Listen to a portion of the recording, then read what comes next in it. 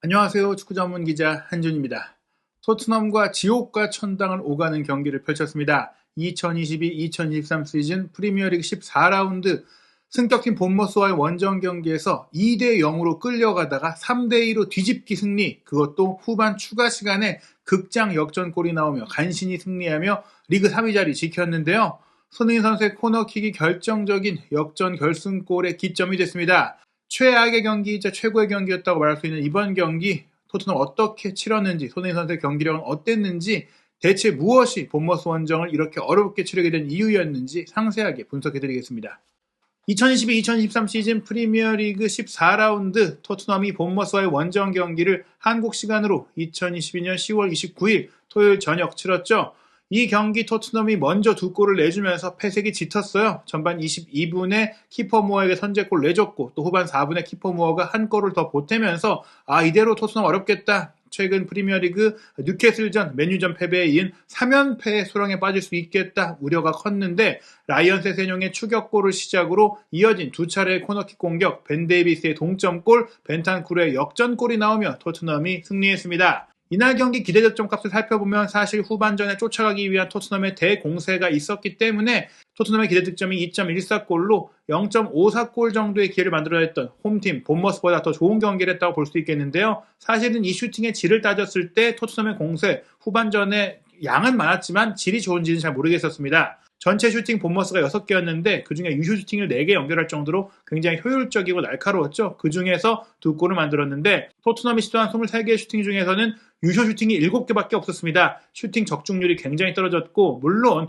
본머스 선수들의 블로킹 수비가 좋았기 때문에 골대 안으로 향하는 것 같았지만 수비에 막혀서 나간 그 슈팅이 6개가 있긴 했어요. 그럼에도 불구하고 날카롭지 못했던 공격, 계속된 코너킥 공격들, 골로 살리는데 애를 먹다가 막판에 상대의 체력이 떨어졌고, 무엇보다 중원의 핵심이라고 할 수 있는 벤탄쿠르 선수가 이날 로테이션 과정 속에 선발 명단에서 제외됐었는데, 벤탄쿠르가 들어온 이후 본격적으로 경기력이 살아났고, 결정적으로 벤탄쿠르가 후반 추가 시간 2분에 역전 결승골을 넣으며 최고의 활약을 펼쳤다고 볼 수 있겠습니다. 말씀드린 대로 이번 경기 토트넘이 리그 3연패를 당할 수 있는 상황이었어요. 콘테 감독 부임 후 지난 시즌 최악의 시기를 겪었던 때가 첼시와 카라바오컵 준결승 1, 2차전에 이어 프리미어리그 맞대결까지 패배하면서 프리미어리그 안에서의 부진도 이어졌던 것인데요. 첼시전 2대0 패배를 시작으로 사우스햄튼전 2대3 패배, 울버햄튼전 2대0 패배를 당했던 것이 콘테 감독 부임 후 최악의 흐름이었다고 볼 수 있겠습니다. 올 시즌에는 10월 들어서 이 최악의 흐름이 찾아왔는데요. 아스널과의 북런던 더비 3대1 패배 이후 브라이튼전 1대0 승리, 에버튼전 2대0 승리로 기사회생하는 듯 했으나 맨유와의 원정 경기에서 2대0으로 졌고, 뉴캐슬전도 홈에서 2대1로 패배하면서 만약 이번 본머스전까지 패배했다면 지난 시즌 최악의 시기였던 3연패에 이어 또 한 번 리그 3연패를 당할 수 있었고, 또 리그 3연패 사이에 스포팅 리스본과의 챔피언스리그 홈경기 무승부까지 있기 때문에 공식전 4연속 무승이라는 콘테 감독 부임 후 최악의 상황이 될 수도 있었습니다. 다행히 승리한 토트넘인데요. 같은 시간에 경기를 치른 첼시가 충격적인 패배를 당했어요. 그레이엄 포터 감독이 브라이튼을 이끌면서 명장 반열에 올랐고, 또 올 시즌 개막 이후 브라이튼을 떠나 첼시로 가면서 또 코칭 스태프를 모두 데리고 가면서 많은 배신감을 안겼는데, 그런 이제 친정팀 브라이튼에 처음 이제 방문하게 된 일정에 충격패를 당한 것입니다. 포터 감독은 첼시 부임 후 9경기 동안 공식 경기에서 지지 않는 무패 행진을 달리다가 10번째 경기에서 첫 패배를 당했고, 또 브라이튼은 이탈리아 출신의 로베르토 데체르비 감독을 포터 감독의 후임으로 선임을 했는데 그 이후 5경기 동안 이기지 못하고 있었거든요. 데체르비 감독의 첫 번째 승리가 바로 첼시와의 경기 포터 감독과의 맞대결에서 나왔습니다. 전반 5분 만에 레안드로 트로사르의 선제골이 나왔고, 이후 로프터스치크와 찰로바의 자책골을 끌어내면서 브라이튼이 전반에만 3대0으로 크게 앞서갔는데요. 후반 시작과 함께 카이 하베르츠가 추격골을 넣었지만 후반 추가 시간에 파스칼 그로스가 한 골을 더 보태면서 4대1로 브라이튼이 크게 이겼습니다. 토트넘을 열심히 추격하던 첼시가 이번 경기 패배로 5위에 머무르게 됐고요. 에스턴 빌라의 완승을 거둔 뉴캐슬이 4위, 토트넘은 승점 26점으로 3위 자리를 자력으로 지킬 수 있게 됐습니다. 이날 맨체스터 시티는 엘링 홀란 선수의 부상 공백 속에서 고전했지만 이번 14라운드 승리를 거두면서 승점 29점을 얻었고, 아스널은 노팅엄과의 경기를 남겨두고 있는데요. 토트넘의 본머스전 일단 선발 명단을 살펴보면 이날 경기력이 안 좋았던 이유 알 수 있습니다. 전반적으로 마르세유와의 챔피언스리그 최종전 16강 진출을 위해서 반드시 최소한 승점 1점이 필요한 이 원정 경기를 위해 콘테 감독이 대대적인 로테이션을 가동했어요. 3-5-2 포메이션을 썼는데 미드필드 라인이 호이비에르, 비수마, 스킵으로 구성됐습니다. 가장 풍부한 활동 범위와 또 압박 능력에 탈압박 기술까지 보이고 있는 벤탄쿠르를 제외를 했고요. 최근에 너무나 많은 경기를 또 뛰어왔기 때문에 체력적으로 아껴주기 위해 벤탄쿠르를 벤치에 뒀습니다. 좌우 윙백으로는 에메르송 로얄과 세세뇽 선수가 출전을 했고 페리시치가 쉬었는데 사실은 라인을 내리고 또 수비가 탄탄한 본머스를 상대로는 오히려 페리시치의 기술력이 조금 더 필요할 수 있다고 생각을 했으나 3-5-2 포메이션에서 손흥민 선수의 속도감을 살릴 수 있는 파트너로서 세세뇽을 투입한 것 어떻게 보면 로테이션 과정 속에 납득이 안 되는 것은 아니었습니다.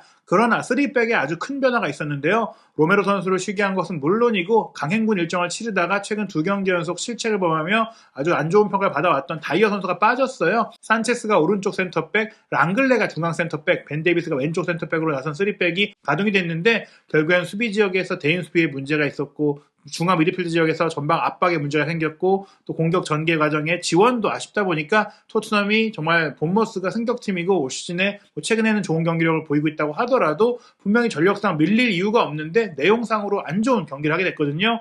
반면에 본머스는 이번 경기 핵심 공격수인 솔랑키 선수가 주중 경기 웨스트햄과의 경기를 통해서 부상을 입은 것으로 알려졌는데 부상 문제를 털어내고 선발 출전을 했고 또 솔랑키가 선발 출전하면서도 본머스는 장신 공격수인 키퍼무어를 함께 배치하는 투톱 전술로 토트넘의 일격을 가하는 그런 모습을 보였습니다. 3-4-3을 쓰든 4-2-3-1을 쓰든 본머스가 솔랑키를 원톱으로 배치하고 무어 선수와 번갈아서 기용을 했었는데 무어와 솔랑키를 투톱으로 내선 전략이 굉장히 잘 적중했고 레르마, 빌린, 쿡으로 구성한 산미들도 탄탄하게 압박을 가하면서 토트넘을 상대로 굉장히 좋은 경기를 펼쳤어요. 토트넘이 쓰는 3-5-2와 같은 전술을 통해서 또 제무라와 타브니어, 무엇보다 오른쪽 윙백인 타브니어의 오른쪽 측면 공격이 살아나면서 본머스가 역습만 잘한 게 아니라 경기를 아예 장악하는 그런 모습을 보였거든요. 전반 3분 만에 본머스가 코너킥 상황에서 키퍼모 선수의 장신 큰 키를 활용한 슈팅으로 크로스바를 살짝 넘기는 위협적인 상황을 만들었는데요. 1분 뒤인 전반 4분에는 오른쪽 윙백인 타브니어가 단독 돌파로 우측면을 치고 들어간 이후 꺾어 들어오면서 왼발 슈팅 시도한 것 로리스 선수의 정면으로 들어갔기에 망정이지 사실 실점할 수 있는 정말 위협적인 수비가 크게 흔들리는 그런 모습들이 나왔습니다.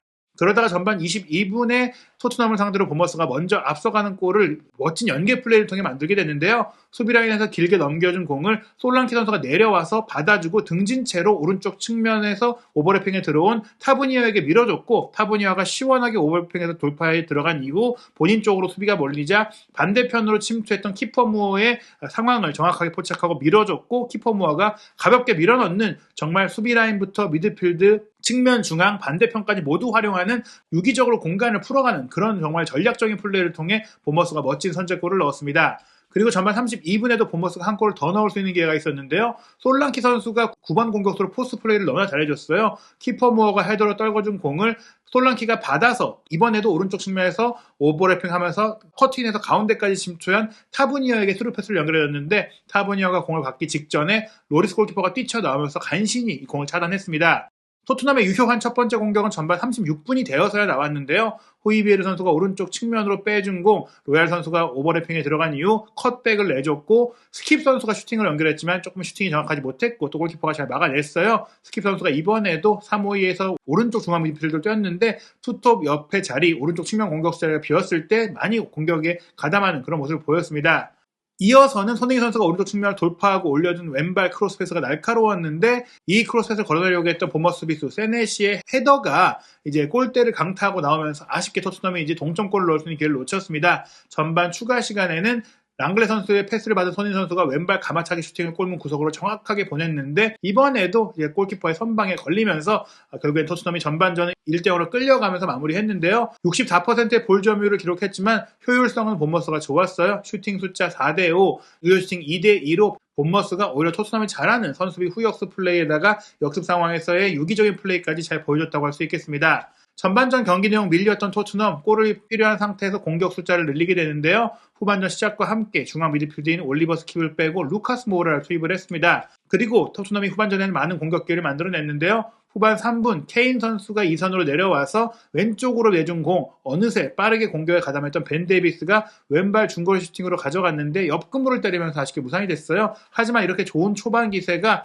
찬물을 끼얹는 상황으로 이어집니다. 후반 5분에 본머스가 빠르게 추가골을 넣은 것인데요. 스미스 선수가 오른쪽 측면에서 올려준 날카로운 크로스 패스를 키퍼 무어가 헤더로 마무리하면서 2대0이 됐습니다. 단 한 번의 역습을 정확하게 정교하게 롱볼 플레이, 크로스 플레이를 통해서 만들어내면서 본머스가 자신들이 좋아하는 선굵은 플레이로 계속해서 결과를 냈는데요. 다행히 토트넘의 만회골이 빠르게 나왔어요. 후반 12분 비수마의 기점 패스를 받은 호이비에르 선수가 왼쪽 측면에서 오버래핑하는 세세뇽을 보고 정확한 스루 패스를 내줬고 세세뇽 선수가 문전 중앙까지 치고 들어가서 깔끔한 왼발 마무리 슈팅을 골문 구석으로 연결하며 2대1 만회골을 넣었는데 세세뇽 선수가 이렇게 편안하게 공을 받고 공간을 점유할 수 있었던 이유는 호이비에르 선수의 패스가 이어질 때 마치 손흥민 선수가 공을 본인이 받고 전개할 것처럼 상대 수비 2명을 끌고 나왔기 때문에 뒷공간이 생겼고 그 공간을 세세뇽이 잘 활용할 수가 있었습니다. 추격골을 넣은 뒤 콘테 감독은 승부수를 던졌습니다. 곧바로 산체스와 비수마를 빼고 다이어와 벤탄쿠르 닭 주전인 중앙 수비수 그리고 중앙 미드필더를 투입했는데요. 이때부터 벤탄쿠르 선수가 부지런히 뛰어다니고 전방 압박도 펼치고 공 연결도 해주면서 토트넘의 플레이 전체 밀도가 살아났고요. 산체스 선수가 빠진 자리 다이어가 그대로 오른쪽 센터백으로 들어갔는데 후방에서의 패스 전개력도 전보다 더 좋아졌습니다. 후반 18분에는 또 한 번 콘테 감독이 공격을 강화하기 위한 교체 카드를 꺼냈는데 로얄 선수를 빼고 페리치 선수를 투입하면서 윙백을 거의 윙포드에 가깝게 썼다고 볼 수 있겠고요. 반면에 본머스는 중앙 지역에서 이선 지역에서 공격력을 보여줬던 빌링 선수를 빼고 앤서니를 투입하면서 좀 부딪혀줄 수 있는 선수, 압박해줄 수 있는 선수를 투입하면서 지키기 위한 경기를 이어갔습니다. 이후 경기는 토트넘의 일방적인 공격으로 이어졌는데요. 후반 26분 세세뇽 선수가 페리시가 들어간 이후 오른쪽 윙백으로 자리를 바꿨고 오른쪽 윙백 자리에서 연결한 크로스 패스 케인 선수가 헤더로 돌려놨는데 아쉽게 골대 옆으로 빗나갔어요. 하지만 계속된 공세 속에 얻은 코너킥에서 토트넘이 동점골을 넣었습니다. 후반 28분 페리시가 올린 코너킥을 벤 데이비스가 파포스트에서 강력한 헤더 슈팅으로 연결하며 2대2 동점을 만들었고요. 후반 32분에는 계속된 공세 속에 오른쪽 센터백인 다이어가 오른쪽 윙백인 것처럼 높은 위치까지 올라와서 크로스 패스 올린 것 손흥민 선수가 바로 논스톱으로 돌려놨는데 역시나 이번 경기 본머스의 골키퍼가 신들린 듯한 선방으로 손흥민 선수의 슈팅 막아냈습니다. 후반 38분에는 페널티 에어리어 앞에 아주 좋은 위치 손흥민 선수가 대표팀 경기를 할 때 프리킥 득점을 올렸던 그 위치에서 프리킥이 주어졌고 최근에는 손흥민 선수가 토트넘에서 이런 직접 슈팅 프리킥 기회가 왔을 때는 가장 먼저 기회를 얻고 있거든요. 이 기회가 나고 공을 딱 잡아뒀을 때 영국의 현지 중계 카메라도 손흥민 선수를 클로즈업 해줬는데 아쉽게도 조금 긴장한 것 같았어요. 손흥민 선수의 이제 오른발 가마차기 슈팅, 프리킥 슈팅이 수비벽을 맞고 나오고 말았습니다. 하지만 이어진 상황에서의 공격 전개 유효했는데요. 왼쪽 측면으로 흐른 공 호이비에르 선수가 오른발 발리 슈팅 강력하게 연결했는데 아슬아슬하게 크로스바를 넘기면서 역전골로 이어지지 못했습니다. 콘테 감독은 마지막 교체까지 계속해서 투입하면서 공세를 높였는데요. 후반 39분에 세세뇽을 빼고 브라이언 힐까지 투입하면서 손케 투톱에다가 힐, 모우라, 페리시까지 모두 들어간 윙백을 거의 윙포워드로 채운 5명의 공격수를 한 번에 투입한 그런 축구를 펼치면서 몰아쳤습니다. 후반 44분에는 중앙 수비수인 랑글레까지 공격에 가담해서 왼발 중거리 슈팅을 시도한 것이 크로스바를 넘겼는데요. 결국에는 후반 추가 시간 2분 손흥민 선수가 올린 코너킥을 벤탄쿠르 선수가 먼저 헤더 슈팅으로 연결한 것 수비를 맞고 흘렀는데 흘러나온 공에 빠르게 반응하면서 벤탄쿠르가 다시 한번 정확하게 툭 차서 골문의 빈 쪽을 노리면서 3대2 역전골을 성공시켰습니다. 남은 시간 동안 토트넘도 이례적으로 케인 선수도 공을 좀 지켜내고 시간을 좀 지연하는 그런 플레이까지 보이면서 이 3대2 승리를 지켜냈고요. 이 승리를 통해서 토트넘 말씀드린 대로 프리미어리그 3위 자리를 자력으로 지킬 수 있게 됐고 최근에 연패 흐름, 무승 흐름을 끊어내면서 자신감을 얻을 수 있게 됐습니다. 결국에는 주전 선수들을 모두 투입해야 되긴 했지만 어느 정도는 또 선발 명단의 로테이션을 가동하면서 마르세유와의 원정 경기를 앞두고 일부 선수들을 쉴 수 있게 해줬던 토트넘인데요. 다음 경기가 너무나 중요합니다. 11월 2일 수요일 새벽 5시에 킥오프하는 마르세유와 원정 경기 UEFA 챔피언스리그 D조 최종전 이 경기에서 토트넘은 비기기만 해도 16강에 오를 수 있고 또 이길 경우 조 1위로 16강에 오를 수 있습니다. 1위로 올라가는 것도 무엇보다 중요하기 때문에 토트넘 이 경기에 사력을 다해야 하는데요. 이 경기 이후에도 놓쳐서는 안 될 빅매치가 있습니다. 11월 7일 월요일 새벽 1시 30분에 리버풀과 홈경기 프리미어리그 일정이 이어지고요. 또 올 시즌 트로피를 노릴 수 있는 대회죠. 카라바오컵 3라운드 경기 토트넘이 11월 10일 목요일 새벽 4시 45분에 노팅엄 포레스트와의 원정 경기로 치르게 됩니다. 월드컵이 열리기 전에 마지막 일정은 11월 13일 일요일 0시에 킥오프하는 리즈 유나이티드와 홈 경기인데요. 토트넘 연패와 무승을 끊어낸 가운데 남은 4경기에선 어떤 결과를 얻을지, 그리고 손흥민 선수 올 시즌에 레스터시티전 해트트릭, 프랑크푸르트전 멀티골 등 딱 2경기밖에 골을 넣지 못하고 있는데 이 남은 4경기에는 공격 포인트 흐름, 득점의 흐름을 되찾을 수 있을지 한준TV에서 확인하시기 바랍니다.